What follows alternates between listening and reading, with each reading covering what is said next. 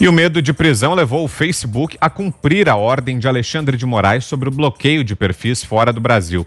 A rede social recuou do que havia dito na sexta e decidiu aceitar a determinação do ministro do STF de censurar contas de apoiadores de Bolsonaro no exterior. Advogados ligados à empresa leram na decisão de Moraes uma ameaça de prisão em caso de descumprimento da ordem. Na semana passada, o ministro havia intimado o presidente da empresa no Brasil, Conrado Leister, e determinado o cumprimento imediato da decisão. Após a empresa afirmar na sexta que não cumpriria a decisão de quinta-feira que determinava o bloqueio internacional de perfis, Moraes ampliou de 20 mil para 100 mil a multa diária pelo descumprimento. Diga, Fiuza. Eu queria perguntar aos juristas, né, Vitor, que nos assistem. Eu não tenho visto assim muitos comentários, muitas reações. Qual é o fundamento jurídico de uma decisão que inaugura a censura internacional nas redes sociais? Vamos parar de falar de redes sociais. Isso é opinião pública. A opinião pública, o debate público e também o pronunciamento de autoridades, a mídia, a todo mundo nas redes sociais. E o STF, Supremo Tribunal Federal Brasileiro, através desse personagem intrigante que é o Alexandre de Moraes, inaugura um instrumento que permite a qualquer juiz, em qualquer lugar do mundo, censurar alguém em qualquer outro lugar do mundo. O Alexandre de Moraes está instituindo a mordaça internacional. Agora, eu quero perguntar aos juristas, porque a base dele é essa. Eu, inclusive, me recuso a falar sobre censura a grupos de apoio do presidente da República. Não se trata disso. Porque o fato de você apoiar A, B ou C, ou apoiar até o Lula, não significa, né, obstáculo algum para você se expressar. Aliás, o próprio Lula, condenado a mais de 20 anos de prisão, quando ele já estava dentro da cadeia, tinha um perfil no Twitter e falava pelos cotovelos e atuou e agiu politicamente de forma efetiva durante a eleição no Brasil. Então, onde estavam as vozes que agora ou estão caladas ou estão sancionando essa ação do Alexandre de Moraes? Olha, eu vou dizer, não tem como não falar isso com indignação, porque é um precedente tão grave e é tal a complacência, é tal a omissão dos setores esclarecidos da sociedade, né? De juristas, jornalistas, veículos de comunicação, instituições de direitos humanos, Ministério Público. Ninguém está vendo isso, esse precedente. Então é o seguinte, Vitor, não é atacar grupos bolsonaristas, não existe isso. Você está decidindo, no caso sozinho, porque decisão monocrática, quem pode falar e quem não pode falar no mundo, não é nem mais só no Brasil. Não é nem mais só no Brasil. Porque são contas que podem ser... acabou de obrigar, né? A bloquear no exterior. Então, em qualquer lugar. Quais são as alegações?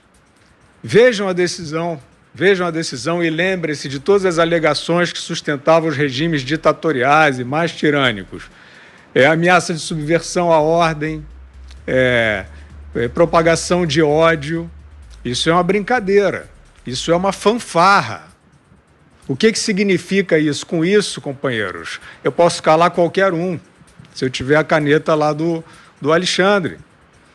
Então, o que mais me preocupa, Vitor, nessa história, é que o Alexandre ele está atropelando as leis, está atropelando as instituições, porque ele está amparado por instituições, né, por pessoas que são as referências da livre circulação de ideias, estão sancionando isso, que estão dizendo que isso é limpeza de debate, que estão dizendo que é isso mesmo, que tem que pegar aquele lá, bolsonarista, fake news.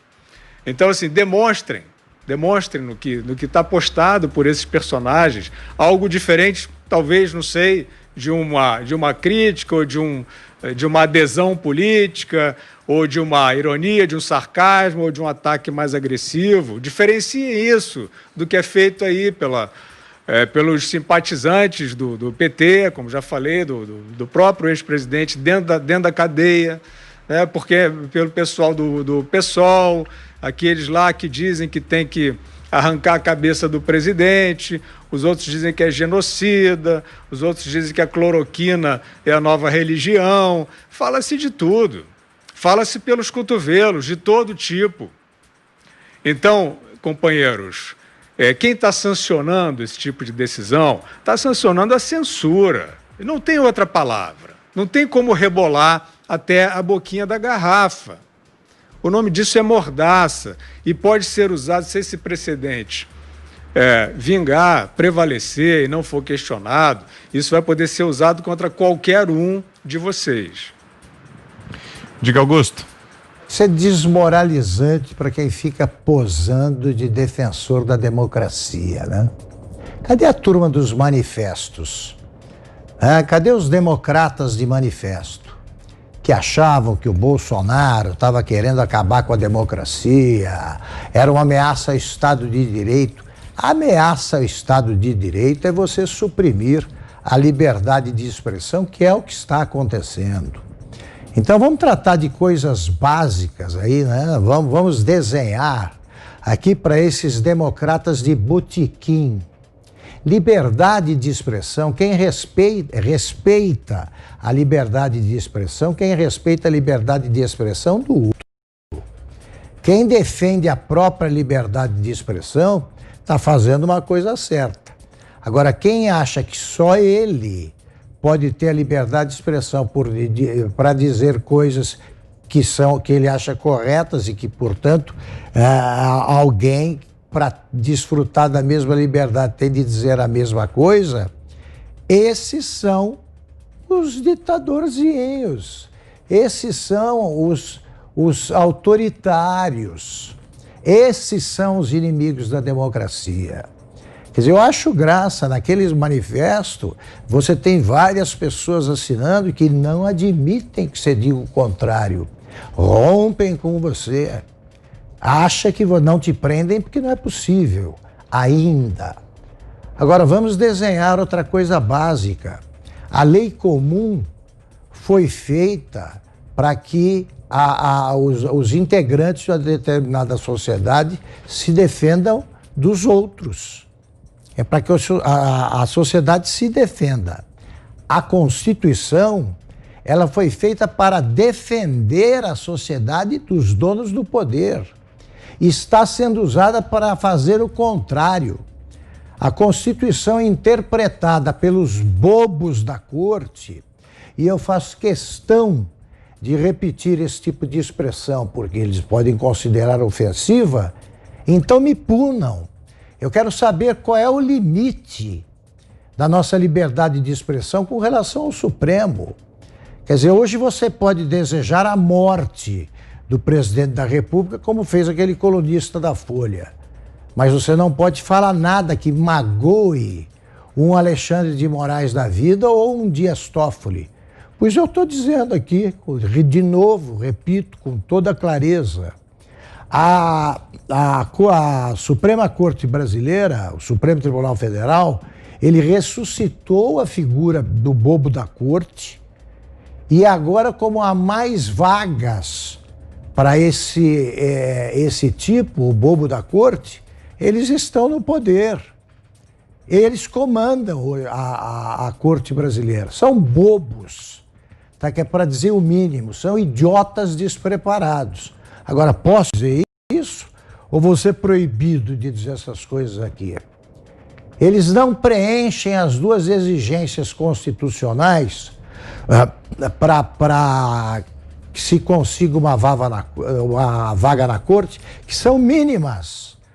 Notável ou notório saber jurídico. Eles não têm. Ilibada reputação. Se tiveram, perderam agora.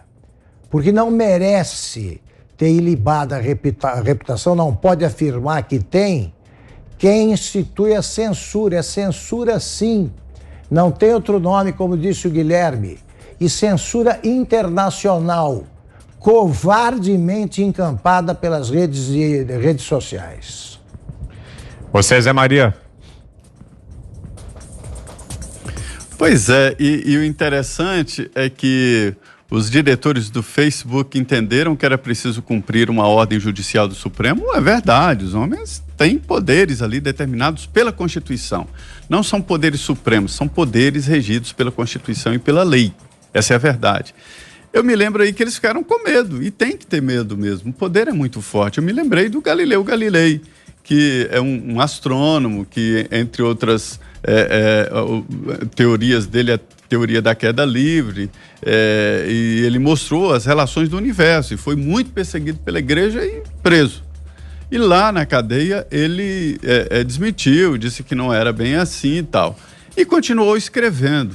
Aí alguém falou, você desmentiu a sua teoria e tal, para dar mais colaboração à ciência. Ele, não, eu desmenti porque eu estava com medo. E tinha que ter medo porque o poder era muito grande da igreja a esse ponto, né? Então, o Facebook atendeu não porque concordou, é porque tem medo, né? Veja a que ponto chegamos. Nós estamos sendo geridos por medos, né? Não é só da multa, e ameaça real de serem presos. O plenário do Supremo Tribunal Federal vai enfrentar dois assuntos muito importantes. O primeiro é essa história aí do compartilhamento dos dados da Operação Lava Jato. Isto é muito importante. Existem muitos dados, muitas investigações, sigilos, delações premiadas que estão nesse contexto, e informação é poder. A Procuradoria vai levar esse assunto ao plenário. O outro assunto é exatamente essa história dos perfis falsos. O ministro Edson Fachin está lembrando uma decisão muito importante.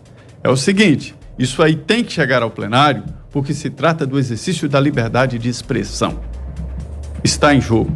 Estão em jogo aí essas questões muito importantes. Então é preciso que os senhores ministros definam de uma vez por todas onde está a liberdade de expressão escrita na Constituição Federal de 88. Mas é preciso saber se existe ou não limite para isso. Zé Maria, só uma observação. Eu entendo que o Facebook no Brasil cumpre essa ordem, mas fora daqui a Facebook não pode temer o governo brasileiro, porque o Facebook, por exemplo, ele não é livre na China, ele não é livre em Cuba, mas as ordens das autoridades chinesas e russas não valem para outro país. O que conseguiu o Alexandre de Moraes foi censurar fora do Brasil. E isso não pode. É a internacionalização da censura, baseada no que? Na vaidade dele, porque ele é um autor medíocre de livros e porque foi secretário de segurança. Quem ele pensa que é? Eles acreditam mesmo que são figuras diferentes, predestinadas, né, a brilhar numa Corte Suprema. Eles são advogados aí de quinta categoria, disso que se trata. Algo mais, Augusto, só para concluir, Vitor. Claro. Essas empresas, essas plataformas são gigantes. Elas hoje faturam mais do que os veículos tradicionais de comunicação, né? O Facebook tem um faturamento superior a essas empresas grandes de televisão, grupos empresariais de imprensa no Brasil. E elas têm representação no Brasil e têm faturamento no Brasil. Na verdade, o ministro Alexandre de Moraes tomou como refém a representação brasileira para fazer valer esta ordem esquisita no exterior. Porque a legislação brasileira vale para o Brasil. E se não houvesse essa obediência no contexto internacional, seria então, eles iriam quebrar essa empresa aqui no Brasil, né? Porque uma multa de R$100 mil por dia é muito dinheiro, além, evidentemente, da ameaça de prisão para os diretores. Então, eles se viram realmente diante de um poder muito forte. O Supremo é um poder muito forte e tem que ser assim. O que não tem que ser assim é esse tipo de gente ocupando o Supremo.